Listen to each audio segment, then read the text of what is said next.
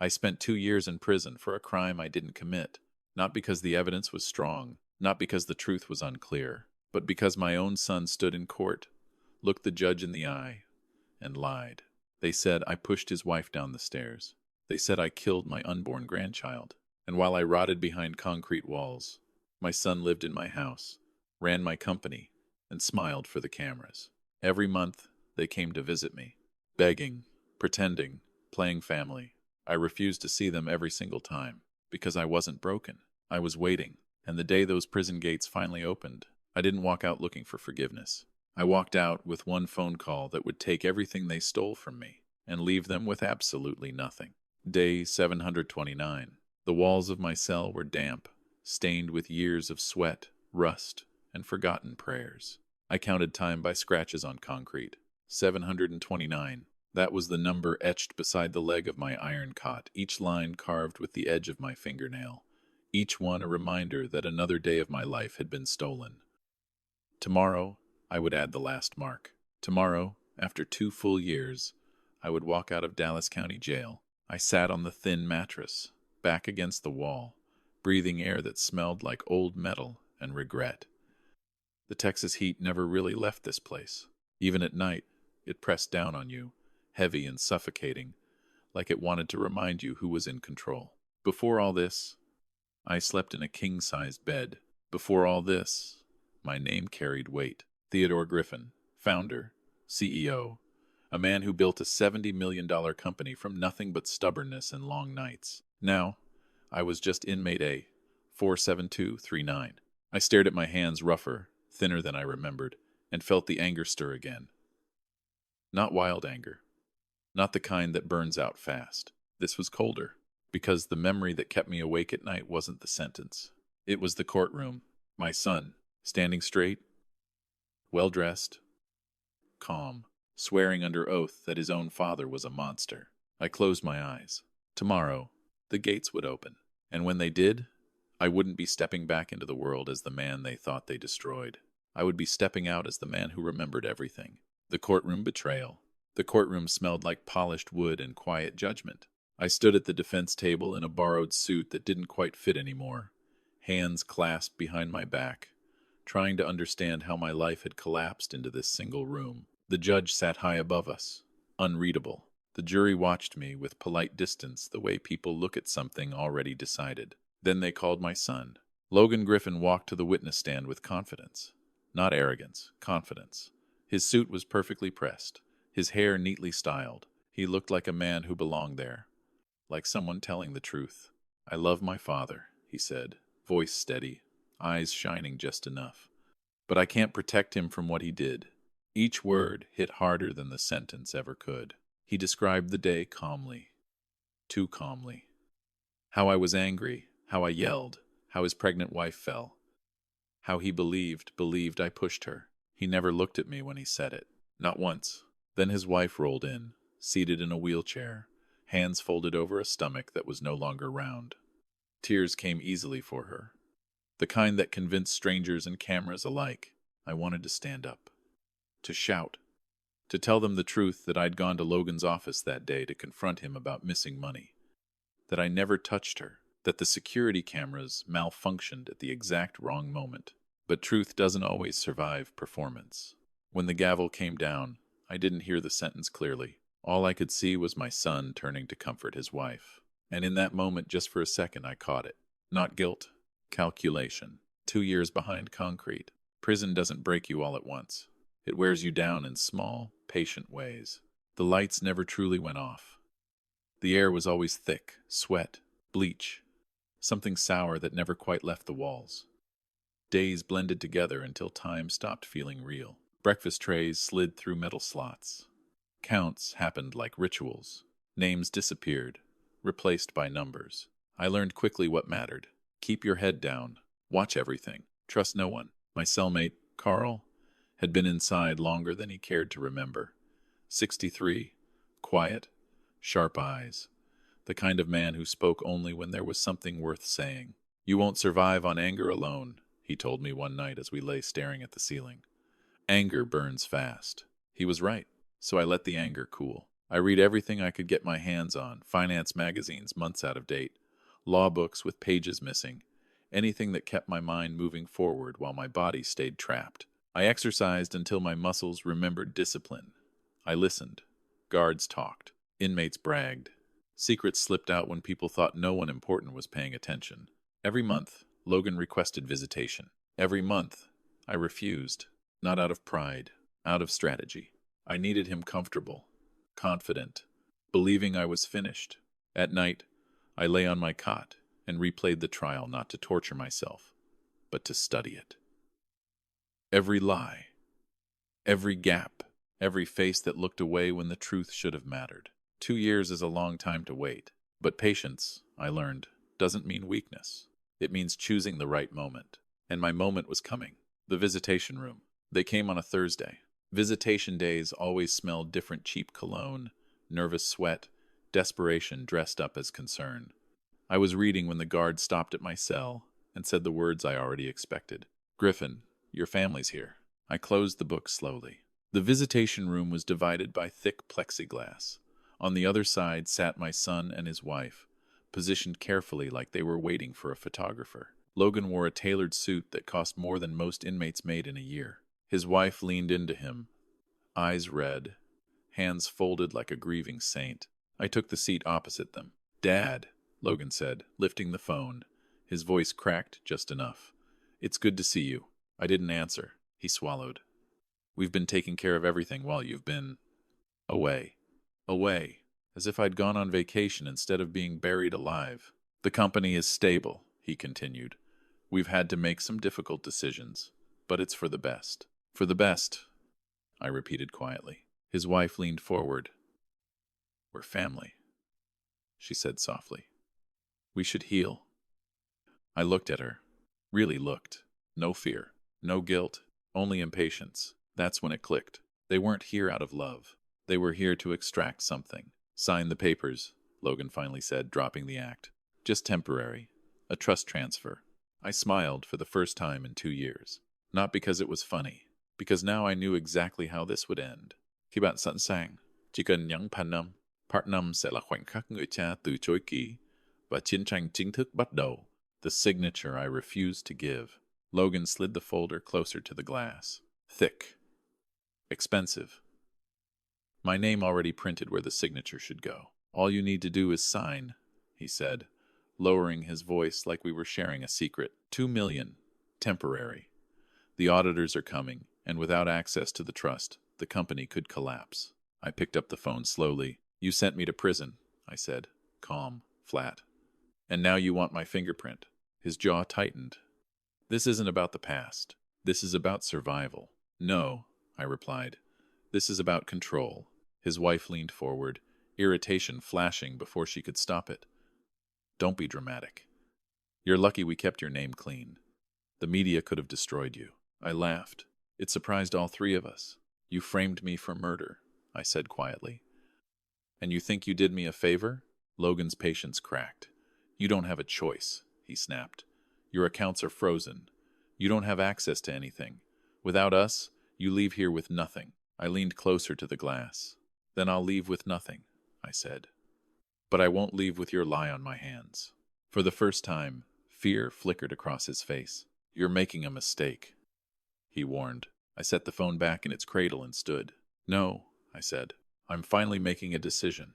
As I walked away, I didn't look back. Behind me, I heard Logan shout my name. I didn't stop, because the moment I refused to sign, the war officially began. The day the gates opened. The gates opened at exactly 8:17 a.m. Sunlight spilled through the iron bars like something holy, blinding after 2 years under fluorescent lights. I stepped forward slowly, my eyes adjusting, my body remembering what it felt like to stand without chains. Outside, heat hit me first. Thick Dallas air, smelling of gasoline, sweat, and opportunity. Then the noise, cameras, microphones, voices calling my name like they'd always cared. "Mr. Griffin, how does it feel to be free? Do you forgive your son? Will you be returning home today?" I didn't answer. Standing just beyond the reporters was Logan. My son wore a navy blue suit, tailored perfectly, grief arranged carefully on his face. Beside him stood his wife in white, clutching a bouquet of roses like props in a play they'd rehearsed all night. "Dad," Logan called out loudly, for the cameras. "We're here for you. We're family." "Two." I walked past him, not around him, past him, like he was furniture. His hand shot out and grabbed my arm. "Don't do this," he hissed. "Get in the car. We'll fix everything." I looked down at his hand, then up at his face. "Let go," I said quietly, "or I'll scream that you're assaulting me in front of all these cameras." He released me instantly. That's when the engine sound cut through the chaos. Low, smooth, powerful, a black luxury car rolled to a stop at the curb. The driver stepped out, straightened his jacket, and opened the rear door for me. "Mr. Griffin," he said respectfully, "everything is ready." Logan's face drained of color, because in that moment, he finally understood something. I hadn't walked out with nothing. I'd walked out prepared. Khi bạn sẵn sàng, chỉ cần nhấn 7. Part 7 sẽ là đòn phản công đầu tiên, nơi cán cân quyền lực bắt đầu đảo ngược hoàn toàn. The first move. The inside of the car smelled like leather and calm. The door closed with a soft, final thud, shutting out the reporters, the shouting, and my son's stunned face. For the first time in 2 years, there were no bars between me and the outside world. The man in the front seat met my eyes in the mirror. "Mr. Way." "Griffin," he said, "I'm Maxwell Brooks, your attorney." Attorney, not public defender, not court-appointed. I nodded once. "How much time do we have?" "Not much," he replied, "but enough if we move now." The car pulled away smoothly. Outside, Dallas slid past the tinted windows like a city that had kept moving while I was buried beneath it. Maxwell opened a slim folder and placed it on the seat beside me. "While you were incarcerated, emergency powers were granted to your son based on a claim of mental incompetence," he said. "Those powers expire the moment you contest them." I smiled faintly. "Then let's contest them," he nodded. "Already filed. The court order goes through in less than an hour." "And the company?" I asked. Maxwell's expression hardened. "We initiate a forensic audit. All corporate and personal accounts freeze immediately." I closed my eyes for a moment, not in relief, but in focus. "Do it," I said. "Cut him off from everything." "Yes, sir." The car turned onto the highway, the city skyline rising ahead of us. Behind those buildings were boardrooms, bank accounts, secrets, things my son believed were safely in his control. He was wrong. This wasn't revenge fueled by rage. This was reclamation, and it had already begun. When the money vanished, the first sign came sooner than I expected. Maxwell's phone buzzed before we even reached downtown. He glanced at the screen once, then looked at me with a controlled calm that told me everything was already in motion. "Corporate accounts are frozen," he said. "Personal ones too. Credit lines suspended. Cards will start declining within minutes." I leaned back in the seat, listening to the hum of the engine. "No warnings?" I asked. He shook his head. "None. Clean and immediate." That mattered. People like my son survived on preparation, on advance notice, on moving money before the doors closed. Taking that away was the real blow. Across town, Logan was probably still standing where I left him, phone in hand, smile fading, trying to reassure his wife that everything was fine. It wasn't. Maxwell tapped his tablet and turned the screen toward me. Bank confirmations, court filings, board notifications queued for delivery. "Once the audit is public," he added, "every transfer he's made in the last 2 years comes under scrutiny." I nodded. "Good. I want daylight." The car slowed at a red light. Through the glass, I watched people hurry along sidewalks, unaware that an empire was beginning to collapse behind closed doors. My phone buzzed. Unknown number. I didn't answer. A second buzz, then a third.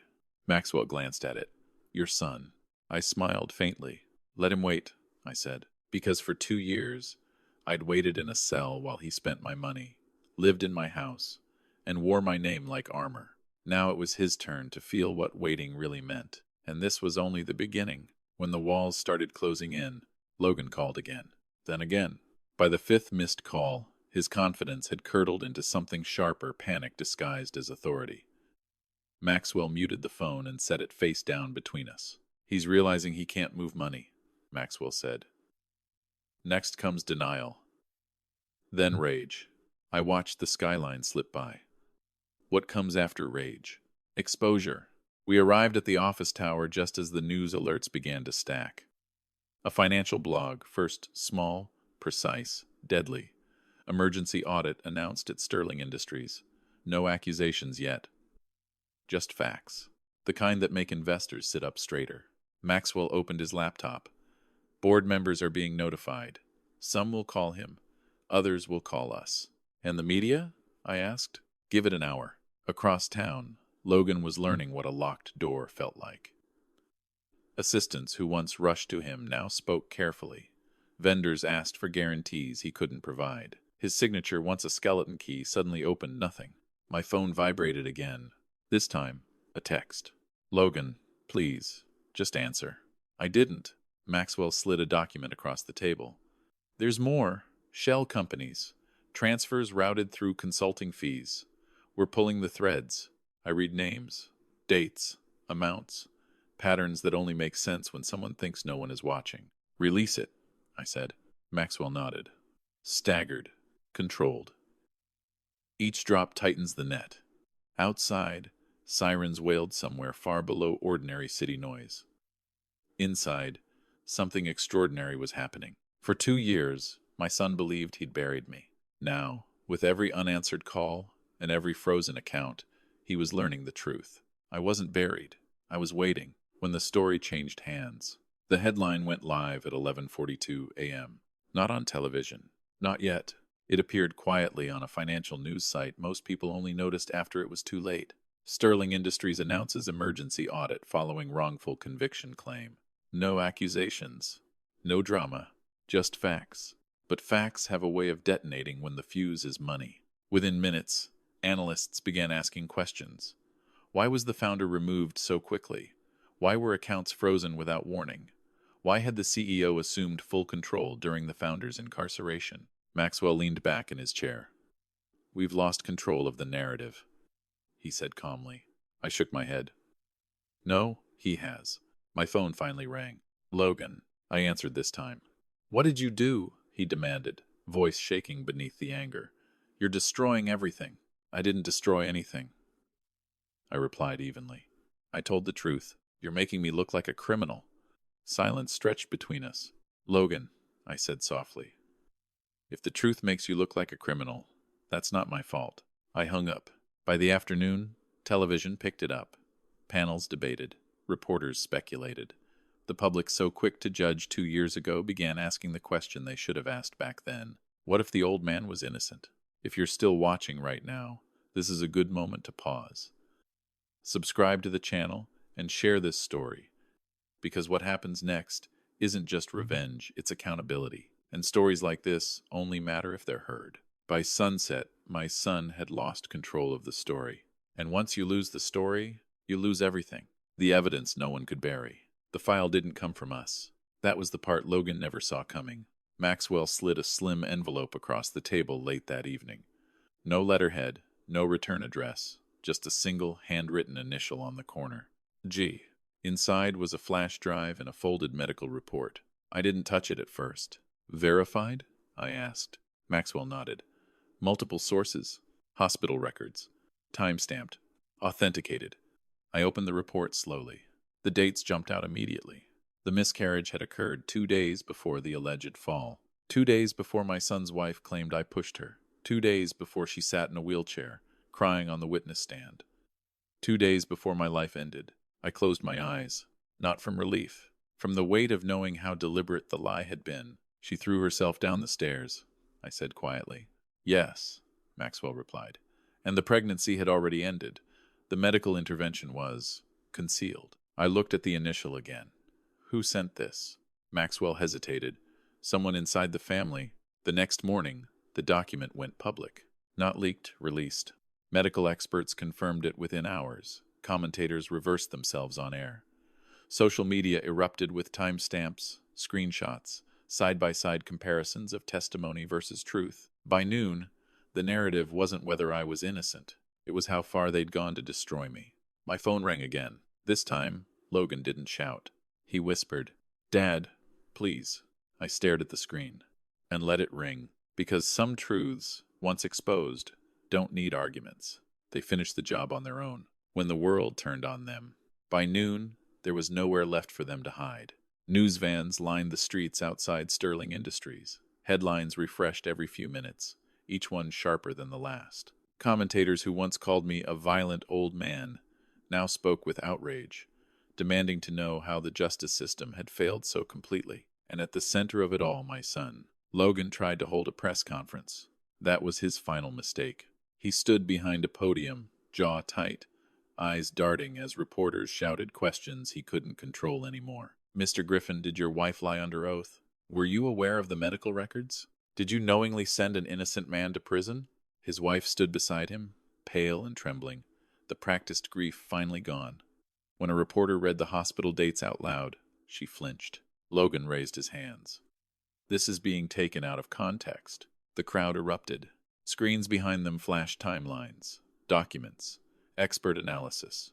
The truth, laid bare and merciless. Someone shouted, "You ruined your father's life." Another voice followed, "For money." Logan's face collapsed in real time. The confidence drained. The mask slipped. Security stepped in as the questions turned hostile. By evening, sponsors withdrew. Board members resigned. Friends vanished. Their phones stopped ringing not because no one was calling, but because there was no one left who mattered. I watched it all in silence, not with satisfaction, with finality, because this wasn't revenge fueled by rage. This was consequence. And consequences, once unleashed, don't ask for mercy. The boardroom that decided everything. The boardroom on the 40th floor was silent when I walked in. Floor-to-ceiling glass framed the Dallas skyline, bright and indifferent, while 12 men and women sat stiffly around a polished table that had once belonged to me. Some avoided my eyes. Others watched carefully, calculating which side of history they were standing on. Logan wasn't there yet. Maxwell stood behind me, laptop open, documents queued like weapons laid out neatly before a battle. "As majority shareholder," I began calmly, "I'm calling this emergency session to order." A murmur rippled through the room. One board member cleared his throat. "Mr. Griffin, we were told you were no longer competent," I finished for him. "That claim has been legally revoked, along with every emergency power granted during my incarceration." The doors opened then. Logan stumbled in, tie loosened, eyes bloodshot. He looked smaller in this room than he ever had before. "You can't do this," he snapped. "I'm still the CEO." Maxwell clicked a button. The screen behind us lit up financial transfers, shell companies, consulting fees that led straight back to Logan's wife. Dates, amounts, signatures. "Embezzlement," Maxwell said evenly. "Wire fraud. Conspiracy." Logan turned to the board, desperate. "You all knew my father was unstable." I leaned forward. "You knew I was innocent," I said quietly. "And you took advantage anyway." Silence. Then a woman at the far end spoke. "I vote to remove Logan Griffin as CEO." One by one, hands rose. Logan's knees buckled slightly as security stepped forward. And in that moment, before he was escorted out, he finally understood the truth. He hadn't just lost a company. He'd lost every ally he thought he had. The one who never left. They cleared the room after Logan was escorted out. Board members gathered their papers quietly, avoiding conversation, avoiding me. Guilt has a sound to it when people move too fast and won't meet your eyes. I stayed seated. That was when the side door opened. She didn't rush in. She didn't announce herself. Emily stepped inside like she belonged there because she did. My daughter stood near the wall, hands folded, eyes steady. She looked older than the last time I'd seen her. Stronger. The years had done to her what prison had done to me in a different way, stripped away softness, left clarity. "Dad," she said softly. My chest tightened. "Emily," Maxwell glanced at her, then at me. "She's the one who contacted me," he said. Emily nodded. "I started digging the day you were sentenced," she said. "Logan thought I was grieving. Thought I'd keep my head down." She walked closer and placed a folder on the table. "I followed the money," she continued. "Found the medical records, found the shell companies, found the emails he forgot to delete." I stared at the folder. All this time, I'd believed I was alone. I couldn't save you then, she said, voice breaking just slightly. But I promised myself I'd be ready when you got out. I stood up and pulled her into an embrace. She didn't cry. Neither did I. Some reunions don't need tears. They need acknowledgement. In that moment, surrounded by glass and steel, I realized something profound. I hadn't lost my family. I'd lost a son, and I'd gained the truth, the consequences that couldn't be undone. The indictments came quietly. No cameras, no speeches, just envelopes delivered by couriers who didn't care about names or legacies. Charges stacked neatly on legal paper, perjury, conspiracy, financial crimes, each one heavier than the last. Logan's wife was arrested first. At her arraignment, the judge read the medical findings aloud. Dates, signatures, confirmations. The same facts that once saved her performance now dismantled it piece by piece. Bail was denied. She didn't look at anyone as they led her away. Logan followed a week later. He tried to bargain, offered cooperation, names, explanations that arrived years too late. Prosecutors listened without sympathy. Some deals can't be made once the damage crosses a certain line. I attended none of the hearings, not out of cruelty but clarity. Emily kept me informed in short updates. It's proceeding. The evidence is strong. It will take time. Time didn't frighten me anymore. I'd learned what patience could do when used correctly. One afternoon, Maxwell asked the question everyone else avoided. "Do you want to make a statement?" he said. "Public forgiveness. Closure." I considered it. Then I shook my head. I've said enough. Silence, I'd learned, can be more honest than absolution. Forgiveness, offered too easily, becomes permission rewritten as virtue. When the final plea was entered, I stood by the window in my office and watched the city move on. Cars flowed. People hurried. Life didn't pause for justice. That was okay. Justice, I realized, doesn't need applause. It needs completion. And with that chapter closing, another choice waited, one that had nothing to do with courts or consequences, and everything to do with how I would live the years I had left. What I chose to keep. I didn't keep the office. That surprised people. They assumed I'd reclaim everything: corner office, reserved parking, the symbols of victory that looked good from the outside. But when the papers were finalized and the company stabilized under new leadership, I walked away. Emily understood without me explaining. We met at a small cafe near the river, the kind of place where no one cared who you used to be. She asked what I wanted to do next, not as my daughter, but as a woman who had learned to ask honest questions. "I want quiet," I told her, so I downsized. A modest place with wide windows and no history attached to the walls. I donated most of what I owned, gave away suits I'd worn to meetings that no longer mattered, kept only what felt true: books, a few photographs, the watch my father gave me when I built my first company. At night, I slept without replaying courtrooms in my head. That was new. I began walking in the mornings, along the river path, counting steps not to mark time lost, but to feel time moving forward. Strangers nodded. Dogs barked. The world continued, indifferent and generous at the same time. Emily visited often. We talked about small things: work, weather, plans that didn't involve strategy or defense. Once, she asked if I missed Logan. I thought about it carefully. "I miss who he was," I said. "Not who he chose to become." She nodded. No judgment, just understanding. I had lost years. I had lost a son, but I hadn't lost myself. And that, I realized, was the one victory no one could ever take from me. The letters and the question of forgiveness. The letters arrived in a plain brown envelope. No return address, no warning. Emily handed them to me without a word. She didn't need to explain where they came from. I already knew. Logan's handwriting hadn't changed. Careful, controlled. The same way he used to write birthday cards when he was young, back when apologies came easily and consequences felt far away. I didn't open them right away. I set the envelope on the table and let it sit there for days, passing it each morning like a quiet challenge. Forgiveness is often talked about as a virtue, but no one tells you how heavy it feels when it's finally offered a place in your hands. One evening, I opened the first letter. He wrote about regret, about fear, about how things spiraled faster than he could control. He wrote that he never meant for it to go that far. I believed him, and I also knew it didn't change the truth. The second letter asked for forgiveness, The third asked for contact. I folded them carefully and placed them back in the envelope. Forgiveness, I realized, is not a transaction. It's not something you give to free someone else from guilt. Sometimes it's simply choosing not to let hatred take up space where peace is trying to grow. I forgave him quietly, without ceremony, but I did not respond. Some bridges aren't burned in anger. They're set down gently, because crossing them again would only lead you back to the same place. I placed the envelope in a drawer and closed it, not in bitterness, in acceptance, looking back without anger. I don't replay the prison days the way I used to.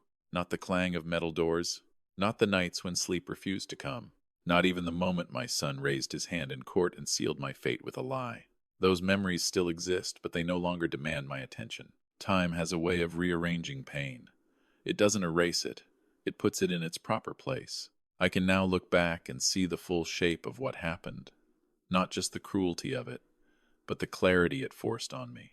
I see the mistakes I made long before the trial, the warning signs I dismissed, the excuses I accepted because facing the truth felt harder than carrying it. I thought being a good father meant protecting my son at all costs. I was wrong. Being a good father, I've learned, also means knowing when to stop shielding someone from the consequences of their own choices, especially when those choices destroy others.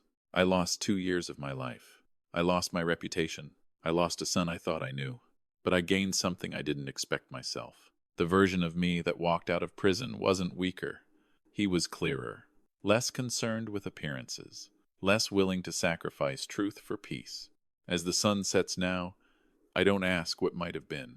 I ask something far simpler. What kind of life do I choose next? And for the first time in a very long time, the answer doesn't feel heavy. It feels honest. The day I chose my own freedom.